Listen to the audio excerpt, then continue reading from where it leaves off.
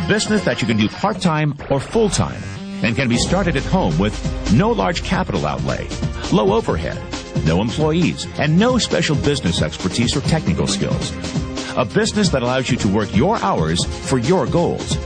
A business that offers time freedom, financial freedom, and a franchise-like, step-by-step business plan. Let me tell you something you already know.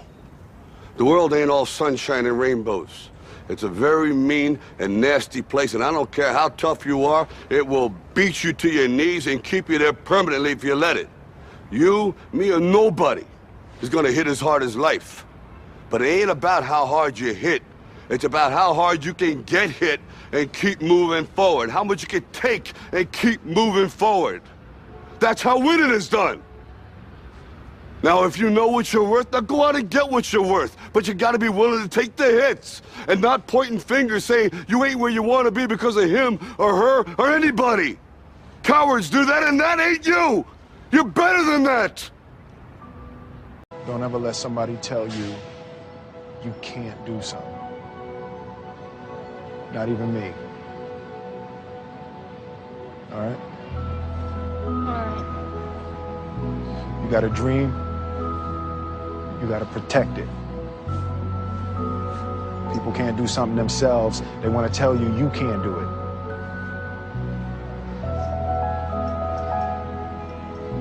You want something, go get it. Period. If you take a look at this 40-year run on the dollar is designed economically to lose money every single year. So why would you save something that loses money every year? And what this means for somebody on retirement plans is that after you retire, the value of your dollar goes down and your cost of living keeps going up. To my rich dad, that was bad advice and made no sense. Again, it was different value. An important diagram my rich dad showed me when I was a little boy was a diagram known as a cash flow quadrant. And the quadrant is made up of the 4 different people who make up the world of business. So my rich dad said, in the world of business, there's E's. And E's stand for employees. An employee, he says, you can always tell who they are by their core values. And what the employee, whether the president or the janitor of the company, will always say the same words. The words are, I'm looking for a safe, secure job with benefits. That's what makes them an employee, because their core values are security. The other one of the 4 is the S, or the small business owner or the self-employed. And again, their core values will cause them to use the same words, which are, if you want it done right, do it by yourself. S means they're also solo. They're generally one-person act, or they operate by themselves. On the right side of the quadrant are the B's. And what Rich Dad said the B stood for was big business, or like Bill Gates. Forbes defines big business as 500 employees or more. And their words are different. They say, I'm looking for a good system, a good network, and the smartest people I know to help run my business. So they're unlike the S. They don't want to run the company by themselves. They want smart people to run their companies for them. And then the 4th of the quadrant is the I, and I stands for investor. These are people who have money work hard for them. These people are people who have people work hard for them. And these are the people that work hard for the rich here. So early on in my life, it was my poor dad who always said to me, you know, Robert, go to school and so get a high-paying job. And so my poor dad's core value was to be an employee. He wanted job security, promotions, a steady paycheck, and all this.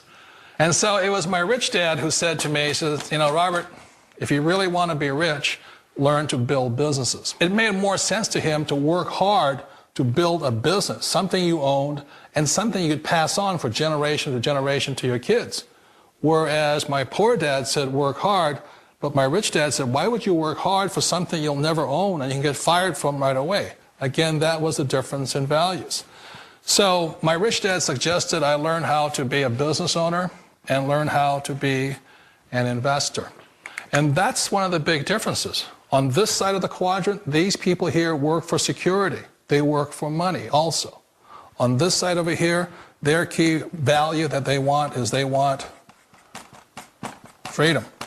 They don't want to have to work at a job anymore. They don't want to have to work for the rest of their lives. So the beauty of building a business and learning how to invest is very simply that this is passive income. You work hard for a few years, but possibly for the rest of your life, income keeps flowing to you. This pilot is flying with no hands, literally. Jessica Cox is the nation's first and only licensed pilot who has no arms. When I tell people that I'm a pilot, they're like, what? Jessica was born without arms, but she can do almost everything with just her feet, from putting in her contacts to texting her friends on her cell phone, even playing the piano.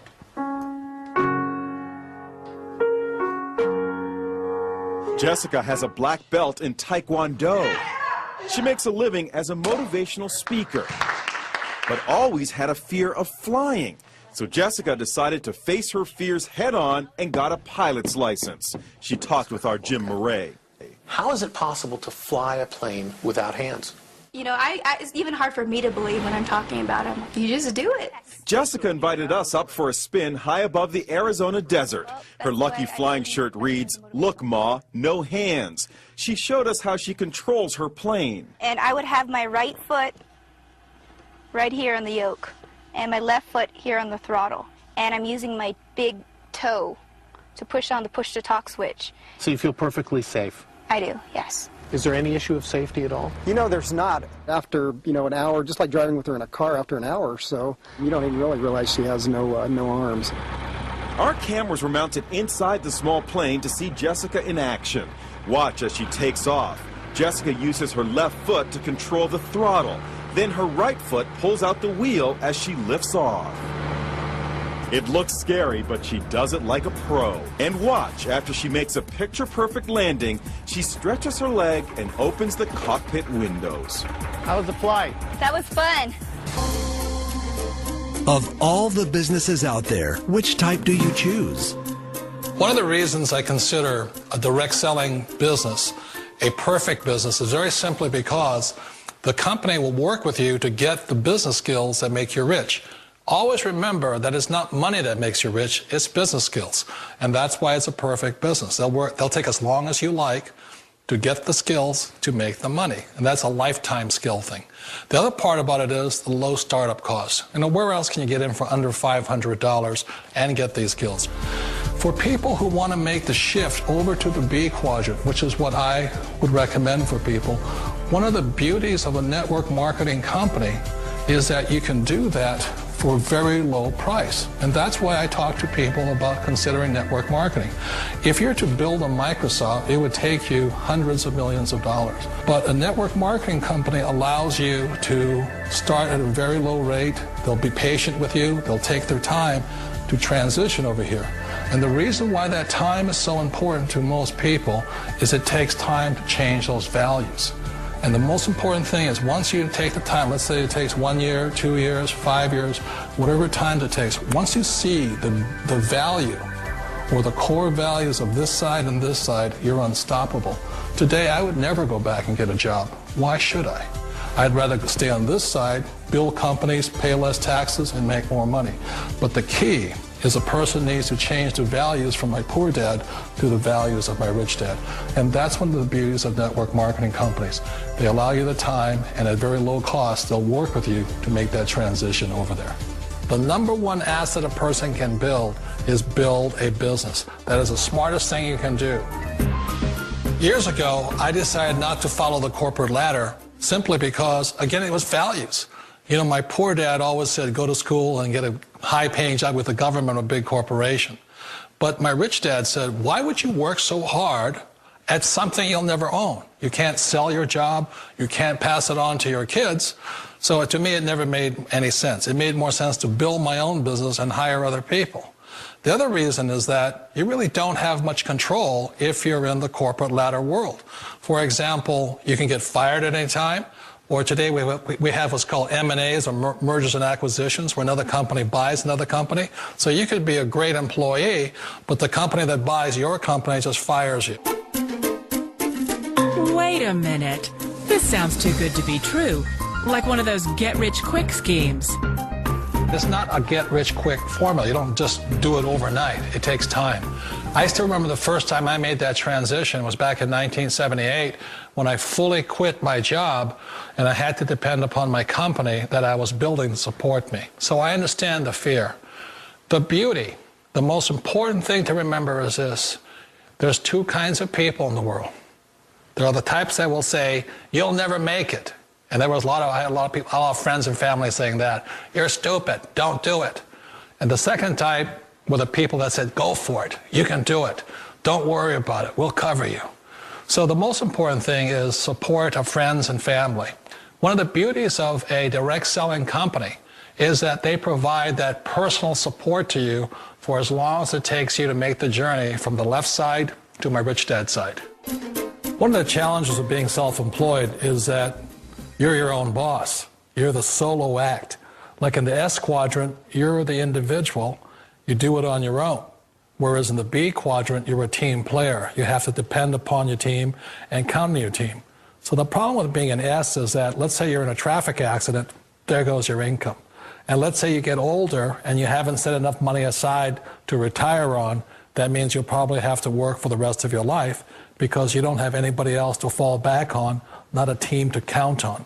So one of the problems with the S, although most people say it's the most satisfying of all work, it is a solo act, and you're totally on your own. Personally, I'd rather be a member of a team.